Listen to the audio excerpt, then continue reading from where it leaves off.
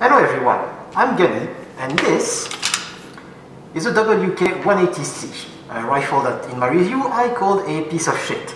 My opinion on it has not changed, however I like the AR-180 system. Contrary to what my t-shirt might make you think, I'm not making this in 50 BMG. What I'm doing instead is the 308 and 6.5 Creedmoor version. This one is a 6.5. Let's go over it. So, as you can probably see, this is not made of metal. This is entirely 3D printed PLA. So obviously, this is not a functional model. Calm your horses, RCMP. So, let's go over the features. And in the style of the Digger Anthem, we'll go tip to butt. The tip is, well, you can see it, I didn't put a muzzle device, so this is just your regular AR-10 barrel with regular threads. If I remember correctly, it's 5/8 by 28 or something like that? Maybe. On the handguard and the barrel nut, like I said, this is a regular AR-10 barrel inside of there. Specifically, it is a Sterling Arm International 6.5 Creedmoor barrel. The barrel nut itself is a DPMS, and the rail pattern itself, with the upper receiver, is a DPMS high profile. And you know it is actually correct because I'm using this cheapo Bushnell red dot in order to mate the two together. It's not threaded all the way to the receiver because, well, I fucked up the 3D printing and I don't want to rip off a part of the upper receiver for this presentation. So, as I've said before, the receiver is 3D printed. It is a DPMS high profile standard, so in theory you would be able to use any DPMS high profile handguard pattern that you want.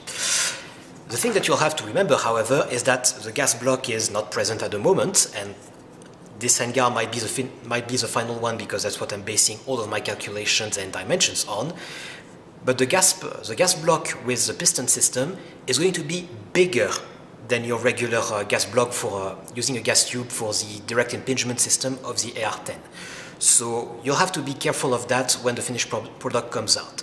If I can, I might include a list of compatible handguards. For the receiver, as you can see, I have not put all of the components, but it is using the default AR-15 AR-10 safety, default AR-10 and AR-15 trigger pins. So in theory, you can use something like a Geisel trigger or something like that. Right now, it is only your basic AR-15 trigger, the mil-spec one, so it's atrocious. The magazines, as you can see, they get stuck.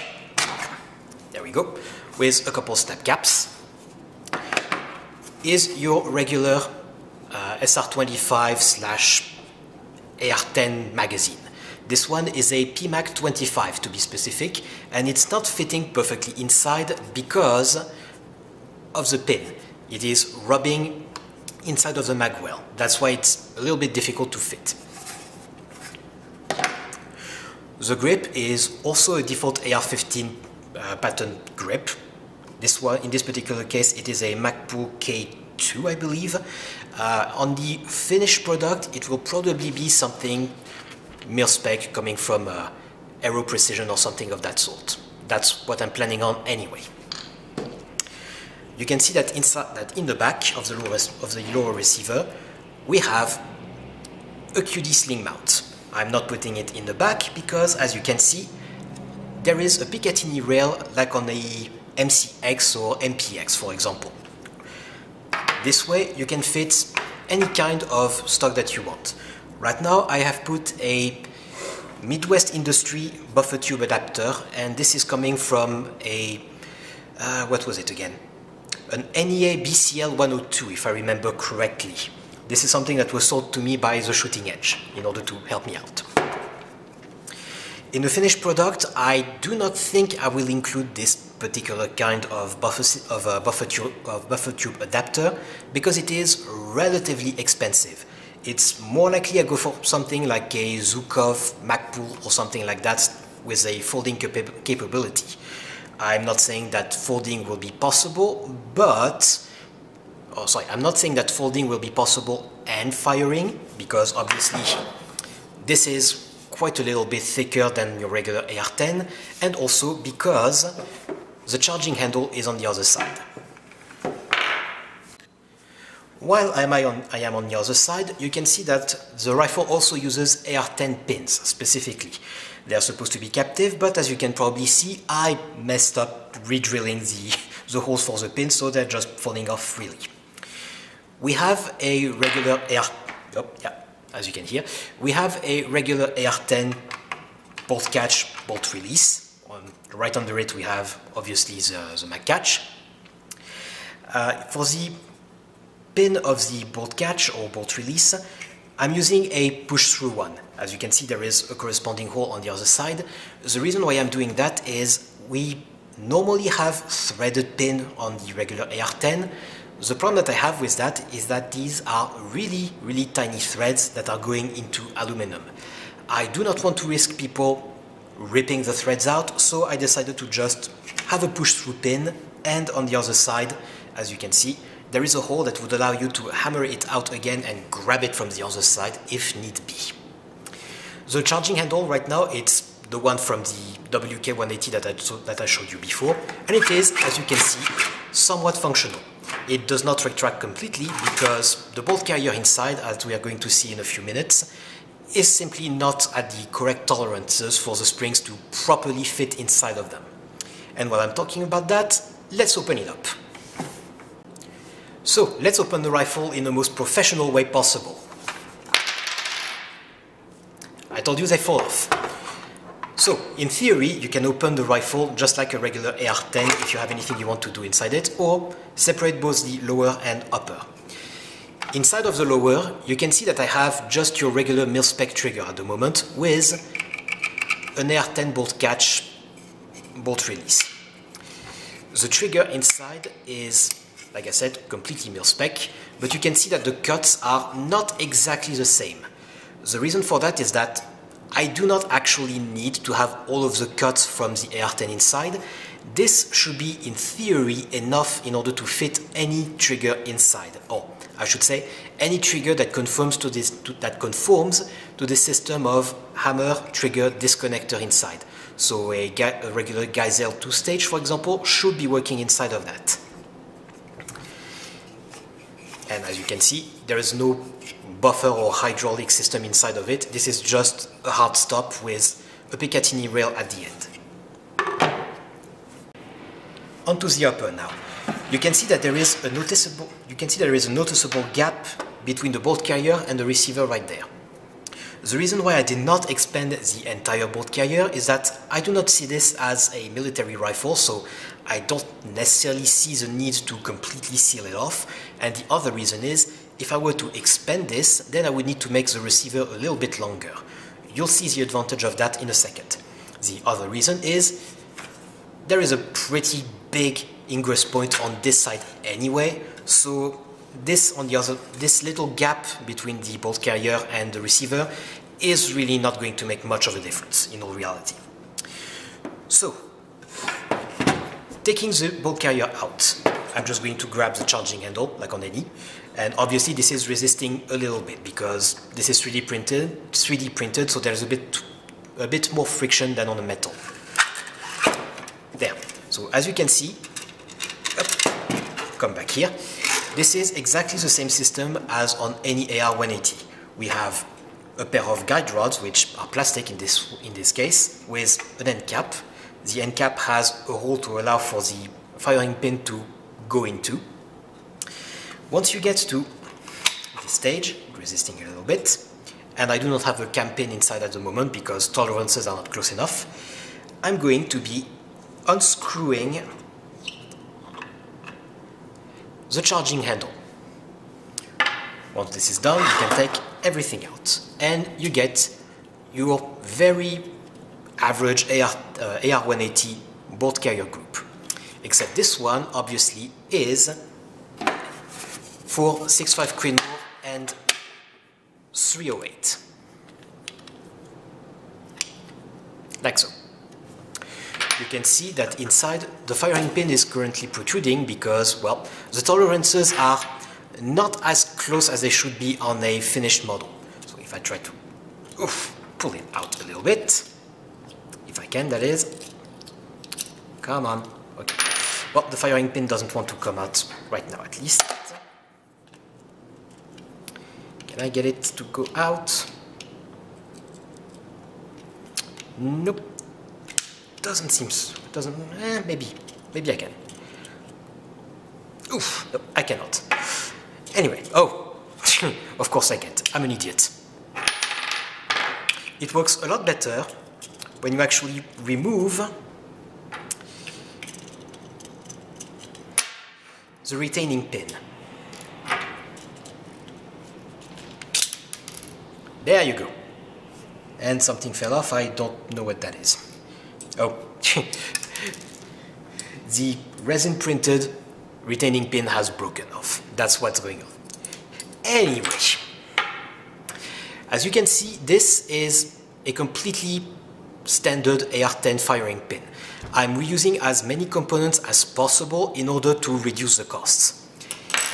On the bolt carrier itself, obviously, the bolt head needs to be a little bit specific. The extractor is exactly the same as the AR-10, same thing for the ejector. The bolt carrier, the rest of it, however, is proprietary because there's just no way of reusing the AR-10 camping without doing some really weird geometry on the bolt carrier. And just like on the AR-180, the campaign is going to run in there, obviously, and is going to run in the same track as the charging handle. One of the changes that I'm going to make, which is not present currently, that as you can see probably on this level, there is a groove. This groove, which is not very visible on the plastic model, is going to be for a E-clip in order to make the entire sub-assembly of bolt carrier, end plate, and guide rod and springs captive. This way you won't need to actually send that thing into orbit.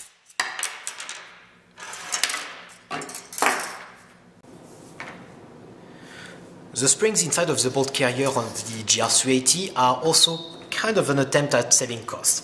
If I go into this, you can see that the springs from the AR-180 were cannibalized. They are right there. If I were to remove them, you can see that they fit exactly. I'm using the exact same springs in order to, like I said, save a little bit of cost and have some compatibility between the two systems. If I were to fit them back inside of there,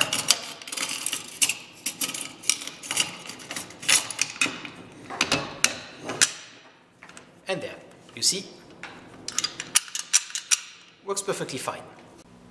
On the legs of the rifle and cards on table, this is something that I had absolutely not planned for. You can see that with the exact same length of pull, I have a PMAG right there to show where it is, and I have another PMAG right there, so that you can see that they are almost exactly the same size. The reason for that is, on the WK180 there is this big beefy adapter in order to accommodate a buffer tube. On mine, I just have the Picatinny rail milled inside of the receiver. So thanks to that, there is a 7.62 or 6.5 Creedmoor rifle that is exactly the same size as a 5.56. I'm particularly proud of that one, even if it's involuntary, to say the least. So for the probably very few of you who wondered where I was gone, this is what I was busy doing during the past few months. Now, for the next part of the operation, I really do want to have this produced in CNC so I can properly test it, because if you were to shoot a cartridge from that thing, it would look a little bit like that.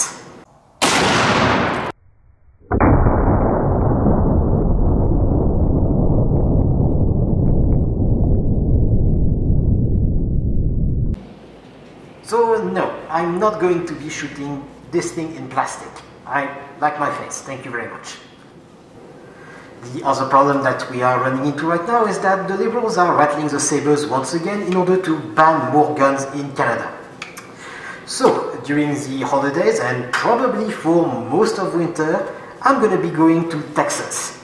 And considering I will not have this particular problem because If you don't know, it is actually possible to own firearms as a non-immigrant. I'm probably going to look into producing that thing in CNC. I don't know where yet, but that's what I'm going to be working on. If you are wondering about what could potentially be the final price of this rifle, at least MSRP, I honestly cannot tell you just yet. Because, as I said, this handguard is probably going to stay. This barrel is probably too good to be present on a mass production rifle, to be completely honest. And the Midwest Industry buffer adapter is quite expensive. At the moment, I want to make this a sub $2,000 US rifle, essentially. If I can make it a sub 2,000 Canadian dollar rifle, I'm going to be extremely happy, because that's my main objective. I want to make a modern semi-automatic rifle that's affordable by most. In the meantime, I'll continue working on this thing, probably add a couple more features, like for example, you can see that there is no brass deflector on that thing, so I still have a little bit of work on it. Hopefully I'll see you in a future video with a CNC version, and hopefully I'll be over the border and I'll be done with the Canadian insanity. Salut, bonsoir!